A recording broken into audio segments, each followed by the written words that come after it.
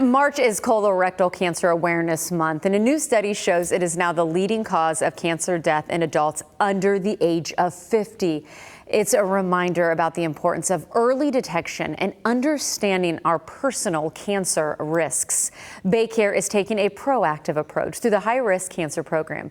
It's the only one of its kind in West Central Florida. Joining us now to discuss this is Dr. Peter Blumencranz, who's the medical director of the BayCare Cancer Institute. And I am so glad you are here today. How are you? It's my pleasure. Well, let's dive right in. Let's talk early assessment. We keep hearing this. Why is that early screening and assessment so important? Probably the single biggest message I can give you today is when it comes to cancer, catch it early. That's the key. The earlier you get it, the more curable it is, less likely you'll need advanced kind of treatments. Unfortunately, most cancers grow silently. You don't necessarily feel a lump in the breast or a growth in your colon.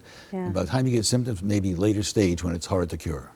Well, and I want to talk about the BayCare's high-risk cancer program. What is this all about? Why is this so unique and special for the community? The big difference here is trying to find cancer at an earlier age, or at least those who are at risk for it.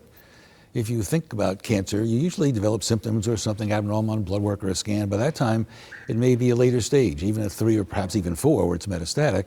Our goal is to identify people in the population we serve who don't know they have the risk. And if they're identified as being high risk, we start to screen them really early in hopes of catching it early, mitigate that disease, and maybe even prevent it. Well, let's talk about the cancer risk, too. And I want to make sure and get this right, because this is actually able to assess 9 different types of cancer, including the colorectal, which we're focusing on today. So what type of information does it bring up to help identify the individuals who should be monitored more clearly, more closely?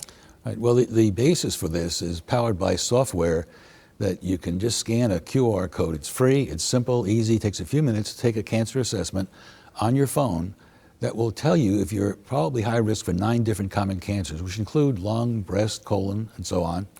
And by the way, even though colorectal has gotten a lot of notoriety lately for being diagnosed earlier, so is breast. We're seeing way more younger age patients getting breast as well.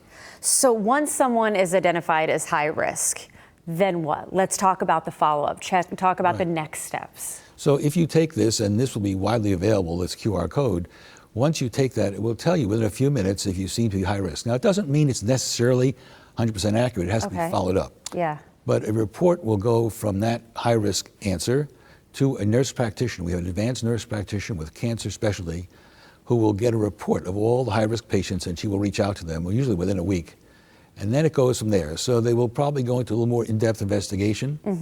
And then it could lead to things like being referred to a genetics counselor, of which we have several through BayCare, to do formal genetic testing.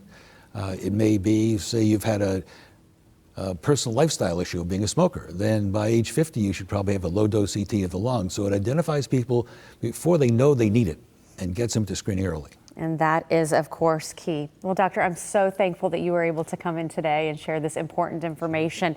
And in fact, if you want to learn more and, of course, be able to learn about this cancer risk survey, just go to baycare.org/knowyourrisk or even scan the QR code on your screen.